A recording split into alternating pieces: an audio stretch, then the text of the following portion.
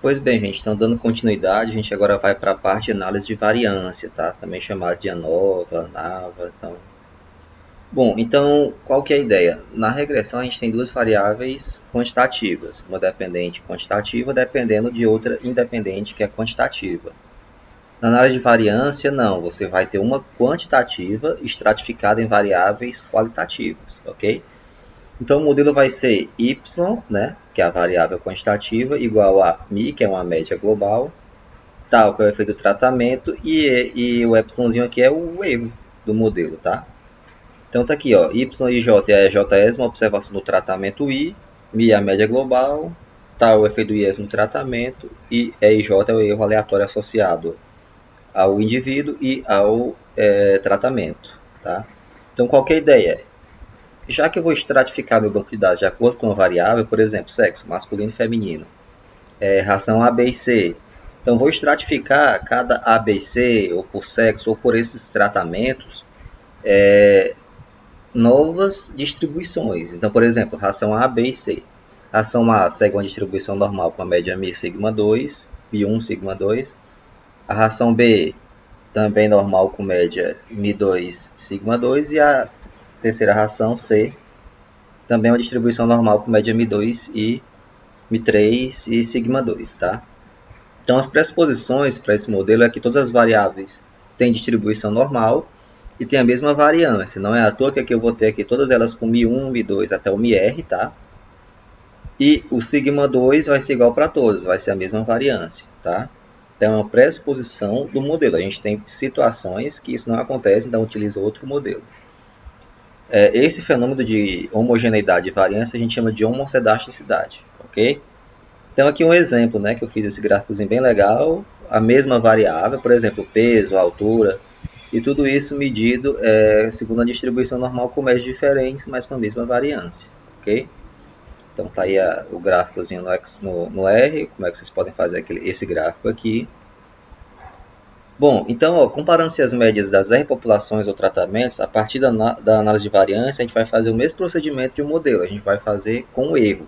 O erro vai ser a mesma ideia, a gente vai pegar o x1, tá, e subtrair do mi1. Ou seja, eu vou estar fazendo a obtenção do erro, ok, gente? E esse EIJ vai também seguir normal com média zero e variância sigma 2. Então vejam que é o mesmo, praticamente são até as mesmas pressuposições da análise de regressão simples, ok? Então a gente vai esperar que esses resíduos também tenham uma distribuição normal em torno de zero, assim como a pressuposição da análise de regressão, ou seja, a esperança do resíduo tende a zero, tá? E com a dispersão, a variância dos resíduos, além de seguir a distribuição normal, tem variância sigma 2, tá? Também vai ser estimado pelo quadrado médio do resíduo aqui também, ok? Então aqui a ideia é essa, você ter aqui, ó, universo associado, por exemplo, ao tratamento 1 e você extrai uma amostra, tá, desse universo desse tratamento 1, aquele tratamento 2, aquele tratamento R, ok? Então daqui a gente vai extrair médias, tá, amostras, e dessas amostras a gente calcula a média e quer que essa média, a esperança dessa distribuição amostral, convija para a distribuição da população, ou seja, com a esperança da média dessa distribuição amostral tenda para mi1 ou mi-i, ok? Bom, então no exemplozinho aqui bem simples, eu tenho aqui, ó, 1, 2, 3, 4 tratamentos, o primeiro tratamento com duas observações, o segundo com 3, o terceiro também e o quarto com 2. Então eu tenho aqui a soma, tá? E aqui as médias, e aqui o NI para cada uma desses tratamentos. Tem os totais aqui, tá? Total dos totais dos tratamentos. E aqui eu tenho as médias. Então aqui eu vou pegar essas medidas em que eu vou ter o x.i vai ser igual a média, né, dentro do tratamento, aqui é a média global, ok? A soma global, aqui é a média global e aqui o nzão que é a soma desses ni's. Então aqui no caso, nesse exemplo, eu tenho o nzão como sendo 10, ou seja, a soma dos ni's, ok? Então qual seria a ideia? Eu ver o quanto cada indivíduo ou cada tratamento se distancia da média do tratamento, tá? Então vai ter a média do tratamento e vai ter a média global. Então a gente vai querer identificar, primeiro, o quanto eles, em média, se distanciam uns dos outros e da média global. Então aqui esse exemplo fica bem evidente para a gente ver, que vai ter uma média do tratamento aqui, ó, um tratamento qualquer, e aqui, por exemplo, o menos 5 ele vai ter a diferença, né, da média global para a média do tratamento, ok? Então vai ser uma diferença entre, dentro daquela situação, eu vou ter a diferença da média daquele tratamento para a observação do indivíduo, dentro daquele tratamento. Então, e assim vai. Então, aqui fica bem evidente. Ó, o primeiro grupo só tem 2 indivíduos, são essas duas bolinhas aqui. E ele vai ter essa média x barra 1. O segundo tratamento, ele vai ter aqui ó, x barra 2 e vai ter aqui ó, essas medidas. Então, aqui, por exemplo, ó, a medida aqui dessa primeira observação vai estar distante para mais, né, dessa média do grupo 1 e a outra para menos. Aqui, o segundo está mais concentrado. Depois vem o terceiro e o quarto que tem um comportamento semelhante ao primeiro tratamento. Mas veja aqui que em média eu vou ter o menor valor x2, segundo tratamento, depois o primeiro, tá? Depois o terceiro e depois o quarto, nessa ordem, tá?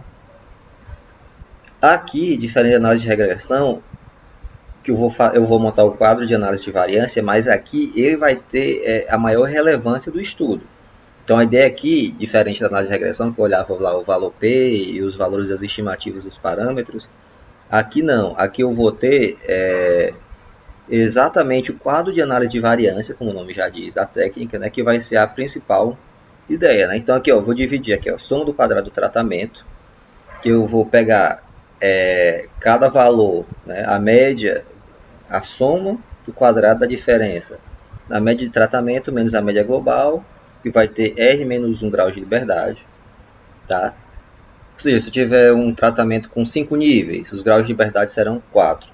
5 menos 1. Aqui, a soma do quadrado do resíduo. Eu vou pegar a diferença, né? O quadrado da diferença entre cada observação e a média de cada tratamento. E a total vai ser cada indivíduo, né? Cada observação, menos a média global. Tá? Que vai totalizar N menos 1 grau de liberdade. Aqui essas duas medidas são importantíssimas, né? Que é o quadrado médio do tratamento, que nada mais é do que a soma do quadrado do tratamento sobre R menos 1. Então, eu vou dividir essa quantidade por essa. E eu vou ter o quadrado médio do tratamento. Então, eu vou ter também o quadrado médio do resíduo. Tá? Então, tem aí ó, as notações, né? O sigma 2 também vai ser dado pela esperança do quadrado médio do resíduo. Então, bem simples, tá? Mas vamos lá, qual o propósito geral aqui que a gente tem? Na análise de variância, o que eu quero testar? Mi1 igual a Mi2, que é igual estatisticamente ao MiR, ou seja, existe igualdade entre as médias dos tratamentos, contra pelo menos um diferente. Então, o meu objetivo vai ser, eu vou submeter os meus dados a R tratamentos e eu quero saber se existe diferença entre eles.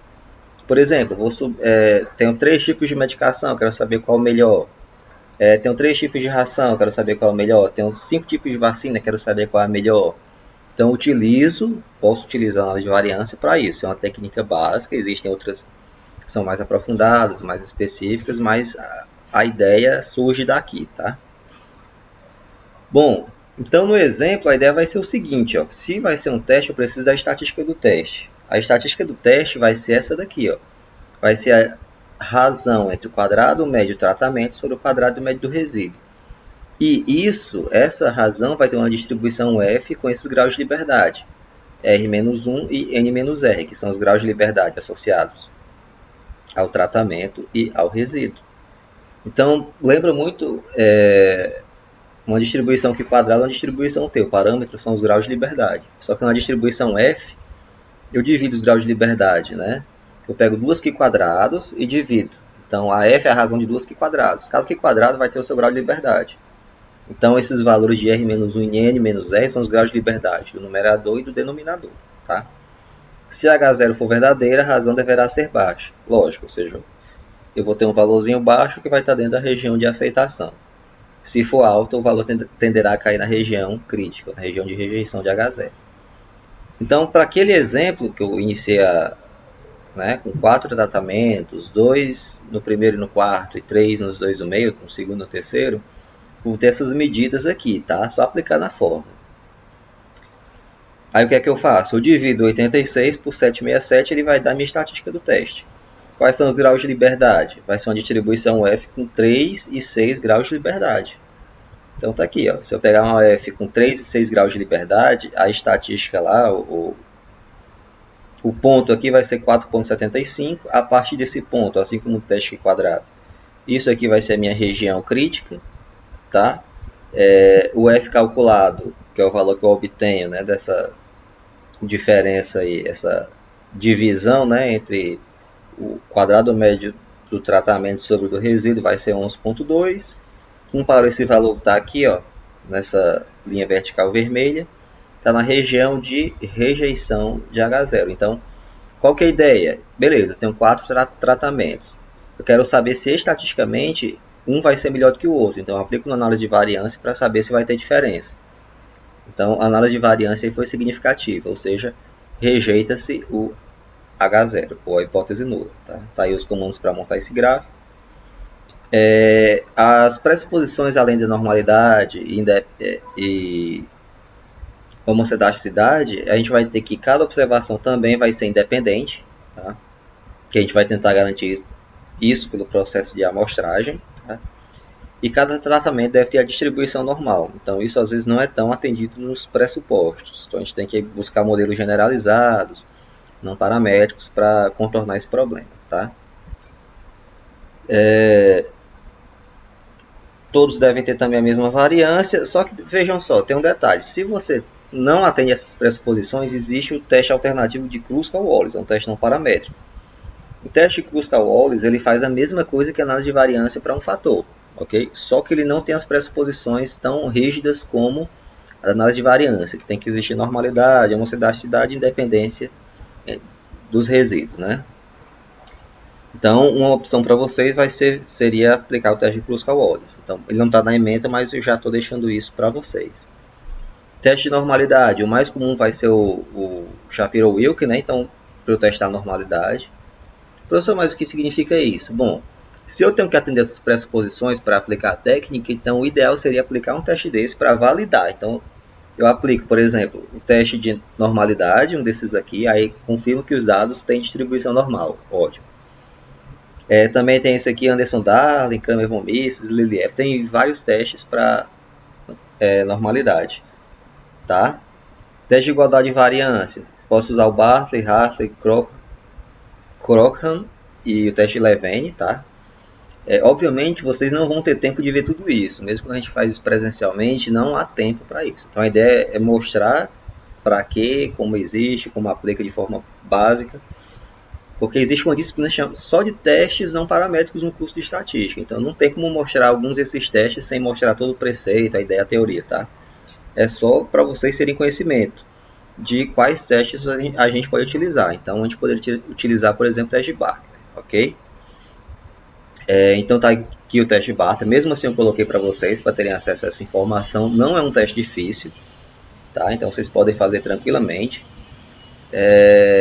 No caso daqueles dados, já até deixei pronto para vocês, tá? Tá aqui o banco de dados original, só aplicando na fórmula, né? Supondo, mantendo a pressuposição que os dados têm uma distribuição aqui quadrada, né? A estatística do teste. Eu teria aqui a hipótese nula, tá? Que as variâncias são estatisticamente iguais entre si. Aqui a estatística do teste, tá? E aqui vai ser o valor tabelado. Então, comparando isso, então a gente não rejeita a hipótese nula de homocedasticidade. Beleza, gente? E eu fiz todos esses testes no R. Então, coloquei esses dados, né, que defini essa variável dos tratamentos. Tá? Fiz aqui, ele já coloca o resultado aqui da análise de variância, ó, com o valor da estatística e o valor P. Tá? Extremamente significativo, tá? Ou seja, existe diferença entre esses 4 tratamentos, ok, gente? No Excel é bem simples, né? Então a gente vai utilizar aquelas ferramentas de análise, mas eu vou ensinar isso na aula prática, tá? Primeiro eu vou colocar a teoria. E é bem simples, tá? mas na aula prática eu vou especificar melhor como elaborar isso no Excel, ok? Então, teste de normalidade, eu fiz isso no R, então se vocês quiserem fazer no R, tem todos os comandos aqui, ó. Isso aqui para fazer análise de variância, tá? E esse aqui para fazer o teste Shapiro-Wilk. O teste Shapiro-Wilk, tá? Ele testa se os dados, na hipótese nula, têm distribuição normal. Então tá aqui, ó, fiz o teste nos resíduos, tá? E o valor deu 0. O valor P deu 0,39, ou seja, os resíduos não têm distribuição normal. Perdão, os resíduos têm distribuição normal, ok? A ideia aqui, ó, como ele não rejeita H0, e H0 é justamente se tem distribuição normal, então, beleza, eu aceito H0 e os dados se distribuem normalmente, ok, gente? Teste de Bartlett, é o Bartlett.teste no R, dados em função do tratamento, ele já vai identificar ó, que os dados são os quantitativos e o trat é onde você vai observar se as variâncias são estatisticamente iguais entre si, tá? Então, o interessante de já conhecendo o valor, a teoria do valor P é que ele já solta o valor P aqui, ó, então já toma a conclusão, ó, aceita H0, ou seja, as variâncias são estatisticamente iguais entre si, tá? Então lembrando que H0 as estatísticas são, as variâncias são estatisticamente iguais entre si. Como o valor P deu alto, ou seja, maior que o nível de significância alfa, né, de, por exemplo, 0,05, então a gente aceita H0. Vai ser a mesma interpretação para todo o teste. Tá? Quando essa nova ela aceita, beleza, a gente fez o teste, a análise de variância e foi significativo, ou seja, a gente detecta que existe diferença entre os tratamentos. No caso, a gente tem 4 e a gente sabe que existe diferença entre eles. A gente vê a média, mas a gente consegue dizer que, pela análise de variância, existe diferença. Mas qual vai ser melhor? Então, quando a análise de variância, a nova ou a nova, é significativa, a gente faz um pós-teste de comparação entre essas médias. Para que serve esse pós-teste? Eu tenho 4 tratamentos, então eu vou ter 4 médias. Qual vai ser a maior? Qual vai ser a diferente? Porque eu posso ter duas iguais e depois essa diferente dessas duas, essa diferente dessas duas e assim vai, tá? Então depois, se a análise de variância for significativa pelo teste F, eu aplico um pós-teste de comparação de médias. Existem vários, Tuck, Duncan, Dunnett, Sheffer, Bonferroni e o próprio teste T, tá? Esses testes aqui, eles são conhecidos na análise de variância por ter algumas características positivas. Então, eles têm mais robustez, têm maior poder que o teste T, então são mais vantajosos. Mas como vocês não vão... então, não tem nem na ementa, né? Mas, de qualquer forma, eu coloquei aqui para vocês, tá? Mas o que o teste T, o teste Tuck faz? Ele compara as médias 2 a 2. Então, tem 4 tratamentos, ele vai comparar essa com essa, essa com essa, essa com essa. Depois essa com essa, essa com essa, depois essa com essa. Ele faz combinação de R 2 a 2 de testes para a gente avaliar quais são estatisticamente diferentes entre si, ok? Então a ideia vai ser calcular uma medida, ok, gente, que vai servir de referência. Se a diferença entre essas duas médias for significativa e acima desse valor, eu aceito que elas são diferentes. Então, por exemplo, o valor é 30 e o outro é 35. E esse valor da crítica aí é 3. Então, se a diferença entre esses dois tratamentos for maior que 3, existe diferença entre elas. Então, 30 menos 35, 5 que é maior que 3. E existe, então, a diferença entre esses dois tratamentos, de 30 e de 35. Ok? Então, a medida vai ser essa aqui, tá? Não é muita informação, confesso, mas é natural. E vocês não vão ver, infelizmente, essa parte porque não está na ementa e vai ser muita coisa para vocês. Quero que vocês saibam que existe, tá? Ou também a gente pode usar o valor P. O R ele solta o valor P, tá? Tem essa tabelinha para achar essa estatísticazinha aqui, tá? Mas assim, essa tabela, gente, ela é muito arcaica, então a gente acaba que não utiliza. A gente, na verdade, utiliza o quê? O valor P, tá? Então, passar aqui, pronto. Bom, então eu fiz a interpretação na teoria, né, para vocês se quiserem avaliar essa diferença, mas o software ele faz tudo isso, tá, pelo teste de Tuck, tá? Então a gente vai ter acesso ao valor P dessas diferenças. Então aqui, por exemplo, ó, são 4 tratamentos, né? Então aqui eu vou ter ó, a média do primeiro tratamento, a média do segundo, a média do terceiro e a média do quarto. A gente já vê nitidamente que existe diferença entre elas, tá? Então, a gente já sabe que existe diferença, mas estatisticamente, será que esse tratamento é melhor do que esse? Ou estatisticamente eles são iguais entre si? Tá? Igual um processo de produção. Você tem duas máquinas. Você não necessariamente vai ter todas as medidas estatisticamente, na verdade, matematicamente, idênticas entre si. Isso não existe. Tá? Isso não existe. No mesmo processo produtivo existe uma diferença. Então aqui é a mesma forma. O fato de uma ter dado 1 e outra ter dado 2 não quer dizer que elas são estatisticamente diferentes entre si, ok? Então aqui a gente coloca essas letrinhas só para interpretação, mas a ideia é basicamente pelo valor P, tá? Então dois gráficos legais. Esse, que ele já dá as letrinhas, então por exemplo, o 13 e o 15 são estatisticamente iguais entre si porque tem a mesma letra.